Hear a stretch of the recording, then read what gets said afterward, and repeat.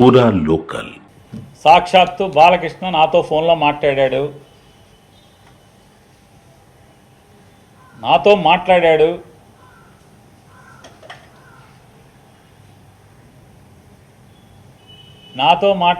చెప్తున్నా. నాకు జన్మనిచ్చిన నా తల్లిదండ్రుల మీద ప్రమాణం చేస్తున్నా, నువ్వు చేయి నాతో మాట్లాడలేదని చెప్పాను. మీ అమ్మా నాన్న మీద మాటకి చెప్తారు కదా.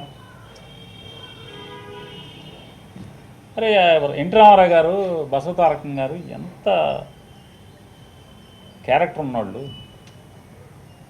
ఎంత సంస్కారవంతంగా బతికారు వాళ్ళు, ఎంత సంస్కారవంతంగా బతికారు.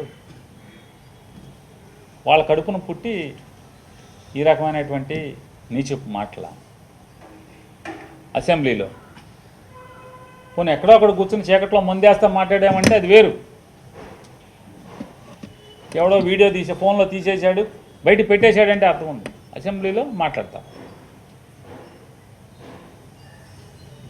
నన్ను అడిగావు బాలకృష్ణ, నన్ను అడిగావు ఫోన్ చేసి, జగన్మోహన్ రెడ్డి గారితో అపాయింట్మెంట్ ఇచ్చు నేను వచ్చి కలుస్తానని చెప్పాను.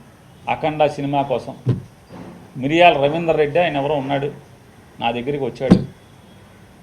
నన్ను అడిగి 10 మందితో మాట్లాడించి అపాయింట్మెంట్ తీసుకుని నా దగ్గరికి వచ్చాడు. సార్ మా హీరో గారు మాట్లాడుతా అంటున్నారు, కొద్దిగా మాట్లాడండి సార్ అన్నాడు. మీకు అభ్యంతరం అన్నా, నాకే అభ్యంతరం లేదు, మాట్లాడండి, నేను మంత్రిని, మాట్లాడాలి, బాధ్యత, మాట్లాడించండి. మాట్లాడావు. జగన్మోహన్ రెడ్డి గారు ఎట్టా ప్రవర్తించాడు నేను వెళ్ళి అడిగితే, సార్ బాలకృష్ణ ఫోన్ చేశాడు సార్, వస్తాడంటే మిమ్మల్ని కలుస్తా అంటే కొద్దిగా అపాయింట్మెంట్ ఇవ్వండి అని అడిగాను. ఏ బాలకృష్ణ? చంద్రబాబు నాయుడు బామ్మర్ది. అవునండి, ఆయన బామ్మర్ది. మన దగ్గరికి ఎందుకు, ఏం పని ఏంటి అంటాను. అఖండ సినిమాకి లీనియంట్గా ఉండాలంట. వాళ్ళు బ్లాక్లో అమ్ముకుంటారు టికెట్లు, ఎక్కువ షోలు వేసుకుంటారు, బాగా సినిమాకి ఎక్కువ ఖర్చు అయిందంట. మామూలుగా బడ్జెట్ 45 కోట్లు ఎంతో అనుకుంటే అది ఆ డైరెక్టర్ వల్ల అంటే ఎక్కువగా అమ్మారని చెప్పని రేట్లు ఎక్కువగా అమ్మారంట. ఎక్కువగా అమ్మటం వల్ల దాన్ని 70 కోట్లకి తీశారంట. కాబట్టి అమ్మపోతే సినిమా బాగా తీసాం, బాగా వచ్చింది, మంచి సినిమా తీశాను, కాబట్టి చూసి చూడండి పొమ్మని అడుగుతున్నాడండి.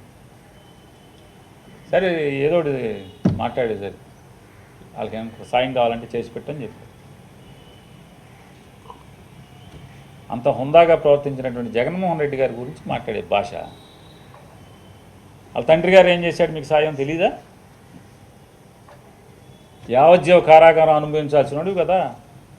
జీవితంలో మర్చిపోతాడు ఎవడన్నా మనిషి జన్మెత్తినోడు.